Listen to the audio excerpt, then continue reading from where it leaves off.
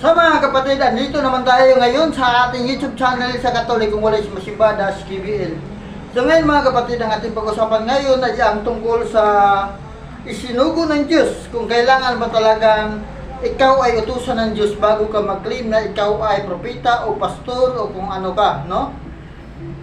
So dito, basahin natin sa unang Samuel 16, versikulo 12 ang sabi, at sinundo nga ng anak na ito ni Jesse, siya ay makisig na binatilyo mula malusog at maganda ang mga mata. At sinabi ni Yahweh kay Samuel, siya ang pinili ko, buhusan mo siya ng langis.